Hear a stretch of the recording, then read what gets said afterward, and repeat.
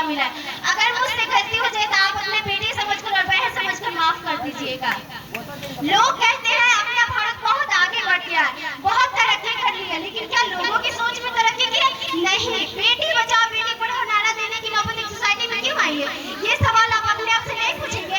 हमारे पेरेंट्स खर्चा उठाते हैं तो बेटों की पढ़ाई के लिए और बेटियों की विदाई के लिए। हमारी सोसाइटी में आज्ञाकारी सबसे बड़ा टाइटल है जो एक औरत को मिलता है। बहू हो या बेटी, उसे सिर्फ और सिर्फ एक आदमी का कहना मानना होता है।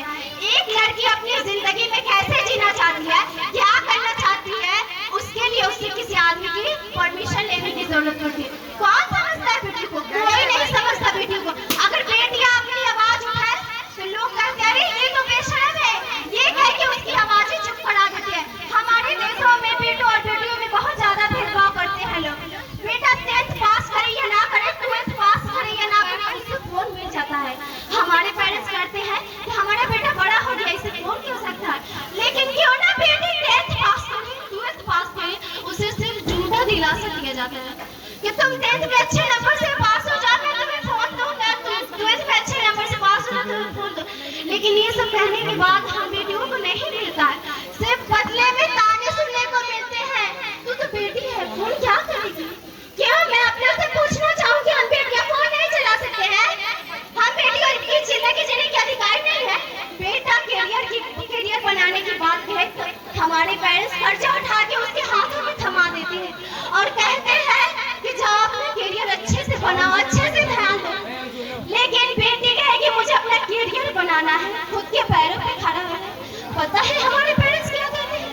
पहले गोल रोटियां तो बनाना सीख लो, फिर करियर बनाने की बात करना।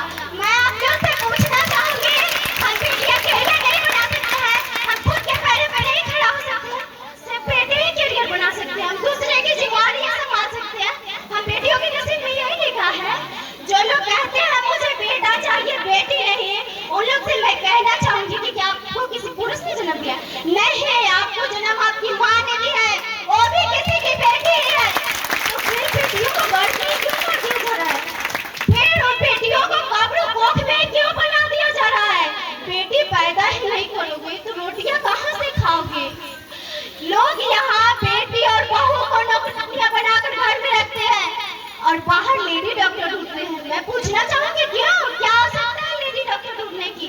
घरों में बहू और बेटियों को लोग रानी बनाकर रखते हो और माँ और बहन के इलाज के लिए लेडी डॉक्टर ढूंढते हो। बहन को पढ़ाओगे नहीं तो लेडी डॉक्टर कहाँ से मिलेगी?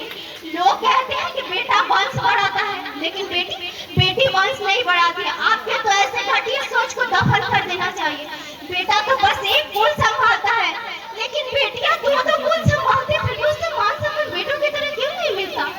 क्यों नहीं मिलता बेटों की तरह से मान सम्मान? सबको यहाँ माँ चाहिए, बहन चाहिए, बीवी चाहिए, लेकिन किसी को बेटी क्यों नहीं चाहिए? क्यों नहीं चाहिए बेटी?